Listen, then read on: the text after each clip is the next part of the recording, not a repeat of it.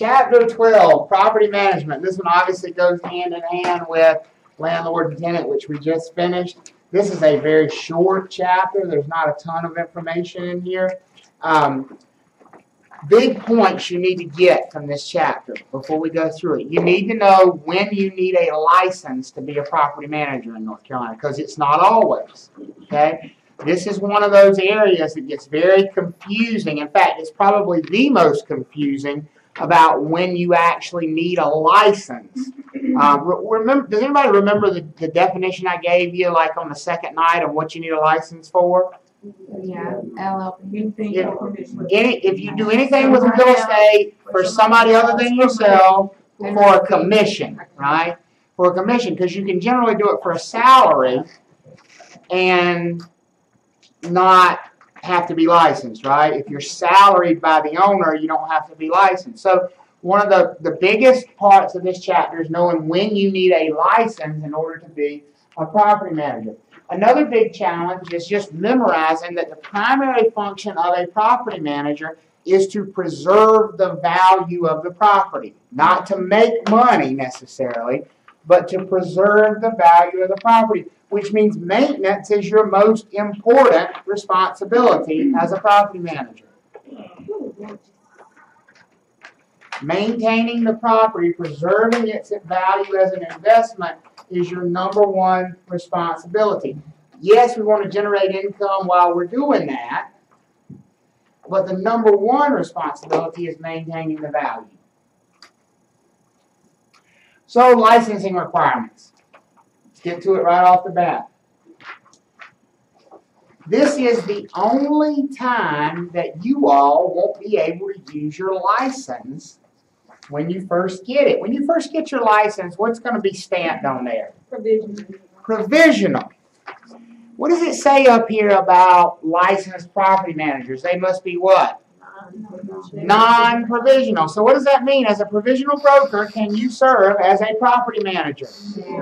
No, you can't. You have to be a non-provisional broker. And how do you get rid of that provisional status? Those of you that have read Appendix C, License Law and Rule. Not continuing education. No, no, no, no, no. Not. N-O-T. Post-licensing. They are very different things, people. In fact, they are two different departments at the Real Estate Commission. Continuing education is for everyone.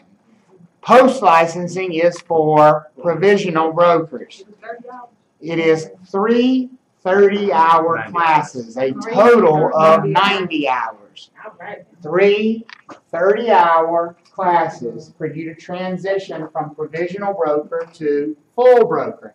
And you cannot serve as a property manager, a commissioned property manager, until you are a full broker. You get rid of that provisional status. What was that? How many hours is this class? This class is minimum 75, but we're scheduled at about 90.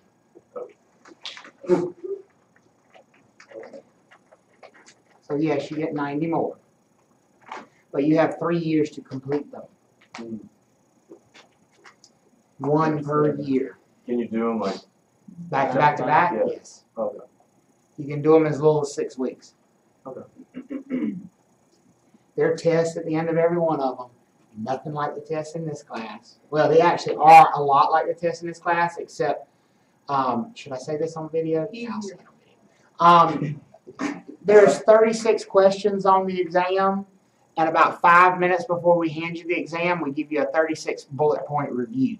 Oh, that's awesome. Can you do that on the phone? No, we cannot do that on the final, because there's 6,000 test questions in the test banks. I'd have to give you 6,000 bullet points to get you prepared. That's what we did. It's called the textbook. I knew that was coming. But yes, the post-licensing exams, I'll put it this way. We have never in the history of our school had someone fail a post-licensing course. So there you go. Take that for what it's worth. The Real Estate Commission does not want you to fail post-licensing. They want you to fail pre-licensing. No, they don't really want you to fail, but that's the way they design it. Yes, they do. What is the pass rate right now for like the pre-licensing course? For the course of the state exam, for our school, statewide, what are you talking about? State exam this school. State exam, this Compared school, to statewide. state exam, this school right now, 86%. State exam, me personally right now, 100%. Don't F it up. What about class? Class, about 50%. You personally. Me personally, about 50%.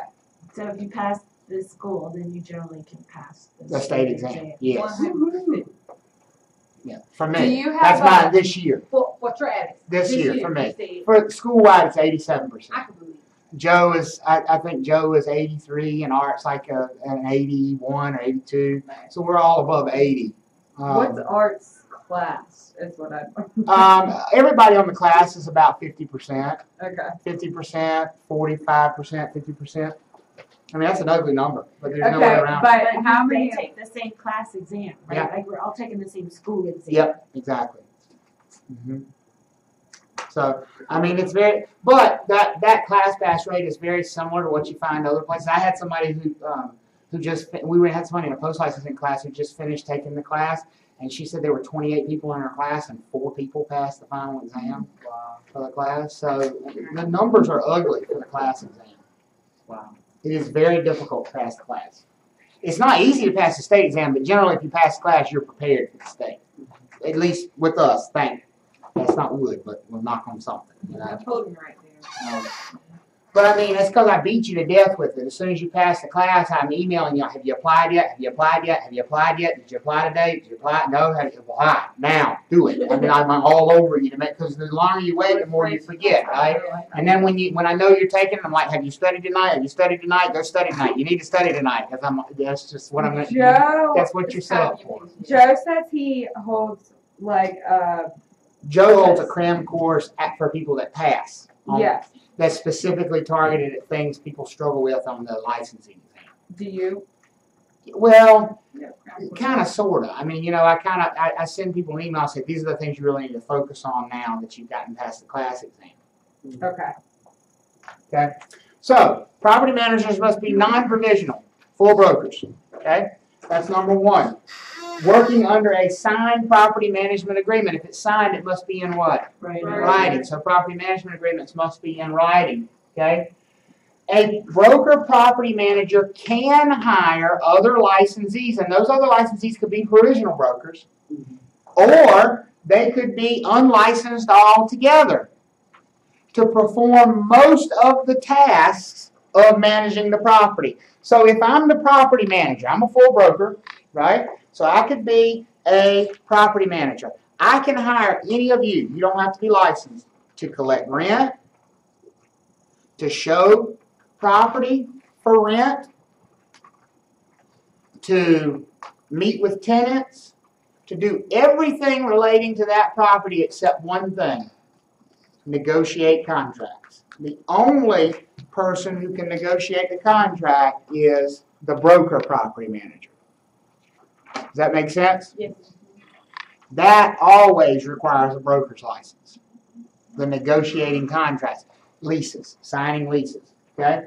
Now, we can completely eliminate licensed brokers if the property is owned by a corporation, only by a corporation, and the property manager is a W-2 salaried employee. So mostly what are we talking about here? Like Apartment complexes. Absolutely. Most property managers you encounter at apartment complexes are not licensed. But they're salaried W-2 employees of the corporation that owns the property. And they can negotiate. And they can negotiate. They can do anything that a broker property manager can do. But it's a very, again, narrow exception. They must be salaried W-2 employees of a corporation that owns the property. So, like, for example, if I owned an apartment complex and I'm not a corporation, could I hire an unlicensed person as a salaried W-2 employee and they do negotiate rents and all that stuff? No. I'd have to go form a corporation that owns that apartment complex. Does that make sense? Okay. But we can have unlicensed people all the time hired by both an unlicensed property manager or a licensed property manager, and they can perform most of the tasks of the property manager. What's the one thing they can't do? Can't negotiate. Now, this is an important thing. I'm going to point this out because you might see it on the test. Notice I said they could show properties, right? Unlicensed people can show property in North Carolina. What chapters are we in? Are we talking about selling stuff or leasing stuff? Leasing stuff. Unlicensed people in North Carolina can never show property that's for sale.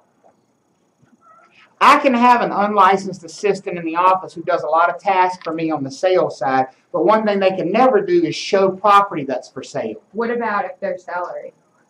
Doesn't matter. If they are unlicensed, they can't show property that's for sale as an employee of me. Okay? They can be a salaried employee of the property owner and show it for sale. Okay. But they can't be a broker's salaried employee and show properties that are for sale.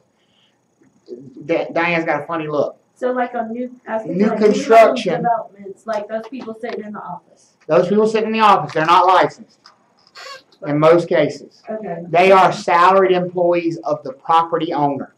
So therefore they can show those properties for sale. Property owner is the developer, right? Okay. But me, if I say I had those listings out there and I have a salaried employee of me as a broker, my salaried employee could not show those houses that are for sale. Does everybody understand where I'm getting at with that? Mm-hmm. So the only time an unlicensed person can show property that's for sale is if they're what? Like Vertibor Corporation, like a new. If they are a salaried employee of who? A corporation. They're not be a corporation. The owner of the property. The owner of the property. The only time an unlicensed person can show properties for sale is if they are the salaried employee of the owner of the property. An unlicensed person can show properties that are for rent On a corporation. if they're the salaried employee of the owner or the corporation or salaried employee of the broker property manager. The own broker. Like the broker has to own the property. Right? No. I'm just the property manager. You can show it, as long as it's not. I'm Oh, a you property can show it, you manager. can show it. I can have my salaried assistant go show a property that's for rent, but I can't have my salaried assistant go show a property that is for sale.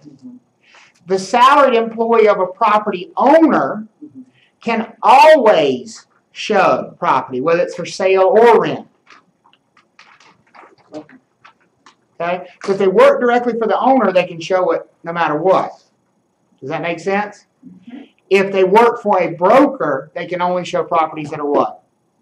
For rent. For rent. Okay? What should be in the property management description? Same thing it should be in any agency contract. This is an agency contract just like a listing agreement, just like a buyer agency agreement. It should have a description of the property, a period of time. Now notice we don't say here that it has to have a definite termination date. Remember that listings and buyer agency agreements have to have an expiration date. The reason that property management agreements don't have a definite expiration date is to protect the tenant. We don't want the tenants to all of a sudden not have anybody managing the property. Basically what we say under the law is it's the responsibility of the outgoing property manager to transfer everything over to the new property manager, that even if my agreement's expired, I'm still responsible for it till I've transferred it over to somebody else and made the tenants aware of who that somebody is. Whereas with a listing, when my listing expires, I don't have to tell anybody anything. I just go pull my sign out of the ground and I'm out. Does that make sense? Yeah. But with property management, I got to send a letter to all the tenants saying, I'm no longer the property manager. Here's the new property manager. Please contact them at this number if you have any problems. Okay? It should state what my fee is, and you need to know how to calculate that fee. Property management fees are a percentage of rent collected. Not possible rent, but rent actually collected. All right? So I'm going to write down an example for you up here of what you might have to do to calculate a property management fee. Travis manages a property with 8 3-bedroom units that rent at $800 a month and 12 2-bedroom units that rent at $600 a month. Okay? Can everybody read that? Okay. Travis manages the property with 8 3-bedroom units that rent at $800 a month and 12 2-bedroom units that rent at $600 a month. His firm charges a 10% management fee.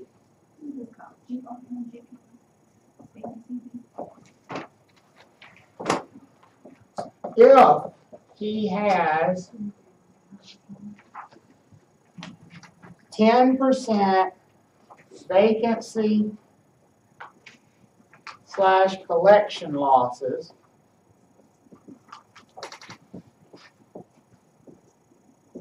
what is his annual fee?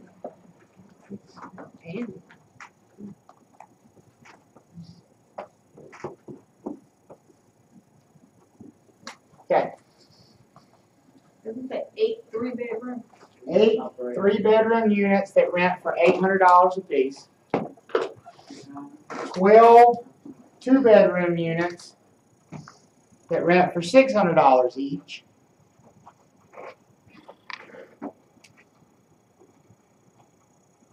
We charge them 10% fee, and we have 10% in vacancy and collection losses. And we want to know what our annual fee is. And I'm going to work through it and show you how to do it. The math of this is extremely simple. But knowing what the labels are is going to be really important for later on down the road when we get to like income capitalization.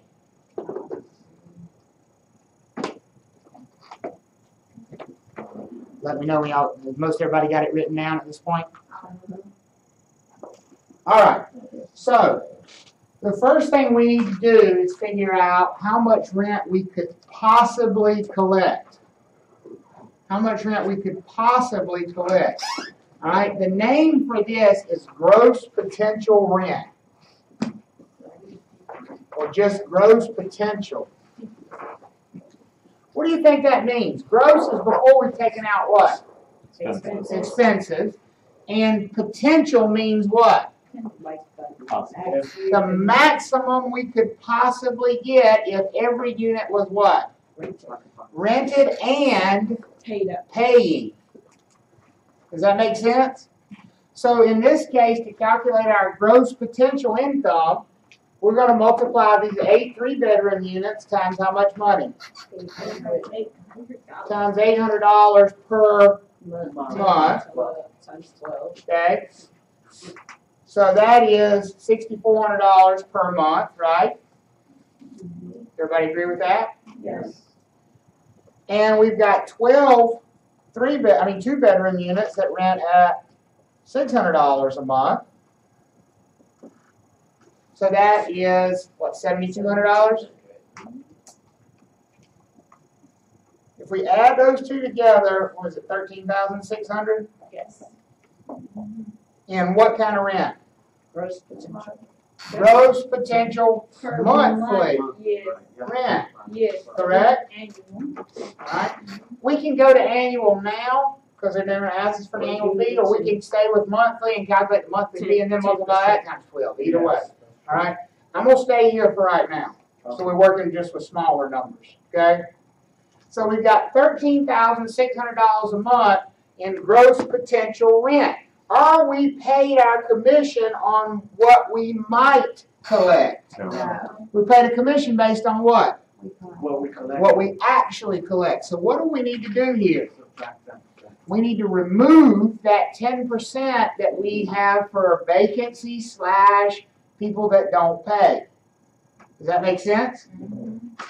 If we're removing 10%, what percentage are we at? 90. 90. We started at 100, we're removing 10, we're at 90%. So all we have to do is multiply this number times 90%. And what is our actual collected rent per month? 12,240. $12,240 per month. That's going to be the basis for our property management fee. Does everybody see that? Know where that number came from? So we're going to take that number and multiply times what? 10%. So our management fee is $1,224 per month. Yep. Right? Yep. $1,224 a month, but we want to know what? Annual fee, so times 12, what's our annual fee? 14,688. 14,688. That's a little bit. $14,688 for managing those 20 units.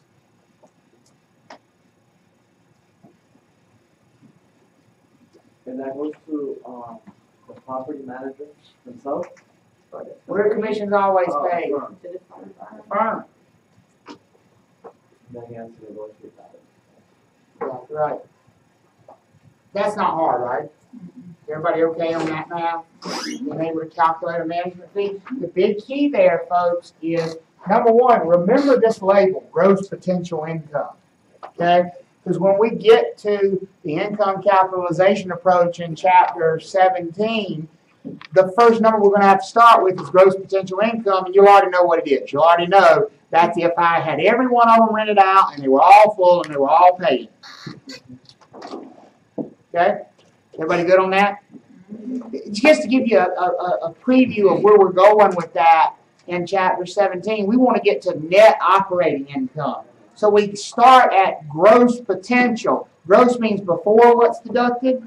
Expenses. So we're trying to get to net operating income. So what do you think we're going to have to deduct from that number? Expenses. What expenses can you imagine for operating a property? Repairs. The management fee. That management fee is an expense of operating the property, right? What else? Taxes and insurance. Those are all expenses of operating a property. So when we get to, so don't act like it's completely foreign to you. That's why we do it now, a little bit of it. So when we get to the income capitalization approach, you've seen a little bit of that, right? You've gotten used to calculating these rents out and doing that. All right? Is everybody good on this? Okay? I'm sorry, I do just have a question. Sure. So you multiplied by 90% Because we had 10% in, wrong button. We had 10% in vacancy and collection losses.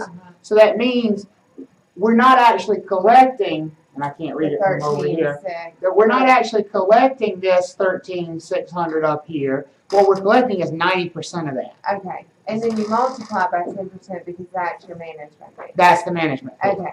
Yeah. Right. Yeah, I can see where that would be confusing. Okay. I should have used like an 8% management fee so you would see they were different numbers. Okay. No, I understand now. I just wanted to make sure.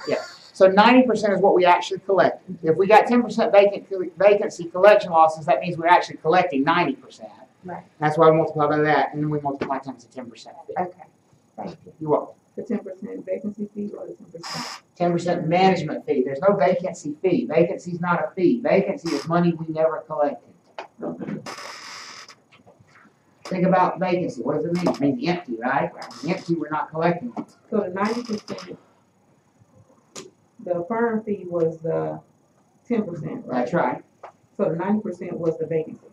That was after the vacancy was removed. Right. We started at 100%, we Right. removed the 10% vacancy, that left us with 90%. Okay, I just want to put, okay. In that like 10% vacancy collection losses, that would be something that's in the property management agreement, or No, that's gonna be what you're averaging over time. You know, you would look at a statement and say, okay, this, on average, we have 10% that we lose to vacancy and collection losses. So what you would do is on every month, you would say, okay, well, you know, here's what we should have collected. Here's our vacancy. This is what we actually collected. Yes, sir. So usually property management companies do the accounting for the properties also? Yes. Yep, that is correct. That's a big part of the job. Yep. All right. We need a definition of our responsibilities on our property management agreement, and we need the extent of our authority. Can we make improvements on the property? Can we repave the parking lot in that apartment complex because we feel it needs to be done, or do we have to get the owner's permission for that? Well, we could have that authority as a property manager. What I'm saying is the agreement has to give us that permission or not give us that permission, right? We need like a scope of our authority. Because remember, property managers are general agents, so they can be given pretty wide authority to manage the property. If it's not specified. It's got to be specified. Okay. Be specified. Okay. Reporting, that means giving the owner an accounting every month of what's going on, what monies have been collected, what those monies are being used for, what the expenses are. All right. Pretty much it. Things you should consider when you're a property manager. Budget. Biggest part of being a property manager. Remember, your number one responsibility is to protect the value of the investment. So that means you need to be budgeting for what? All the time. Repairs. There always should be a budget for repairs because they need to be ongoing all the time. Okay? How do you select tenants? What are the rules going to be for selecting tenants? How do you collect rent? How do you market the property? How much you spend on marketing? All those things are considerations that go into property management. Don't try to write all that down. How do they typically deal with online payment where a situation where, like one of the earlier situations we discussed where a person purposely pay late when they're leaving so they can get like an extra money? They would show it as a line item, you know, and say, you know, we collected this rent, but it's going to be refunded because it shouldn't have been paid. You know, you just insert a line item and show it that way. And you wouldn't charge a fee on it, of course, because it's not collected. Right. So you don't go to the tenant like, hey man, here's the money back. Right. That's okay. That's it for property management in general. Knowing the rules about who can do it, when you need a license, knowing how to calculate gross potential income.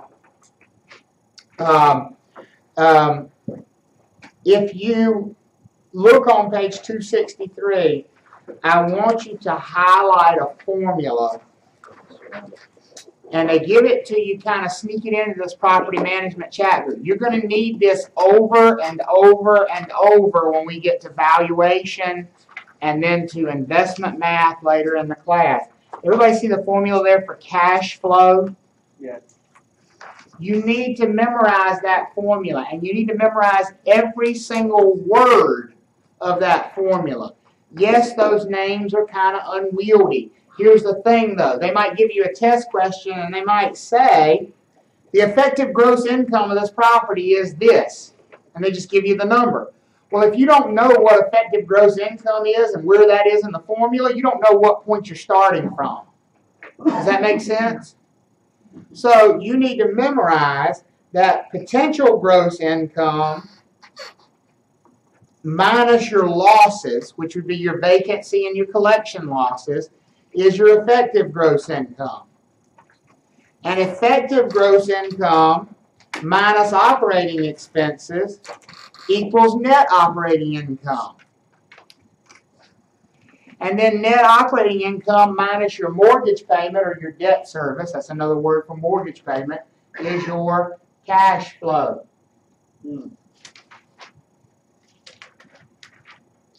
Notice debt service and mortgage payment. Is that an operating expense? No. It's not. So when you're calculating net operating income, do you care if it's got a mortgage or not? No. No. Not part of the deal for net operating income. It's only part of the deal if you try and calculate cash flow. And the cash flow is more like a report back to the actual owner? Cash flow is what the owner's going to put in their pocket. Oh, It's what they're going to put in their pocket. That's after they've paid all the expenses to operate the property, they've paid the taxes, they've paid the insurance, and they've paid the mortgage. That's their profit. That's what they put back in their pocket. That's the cash flow. Can you have a positive net operating income and a negative cash flow? Yeah. Yeah. If your mortgage payment is more than your net operating income, you have a negative cash flow. So a property can quote unquote be making money, but still be costing the owner money on a monthly basis. Okay? Everybody got that? That's all I got for you tonight. A whole 14 minutes early. Thank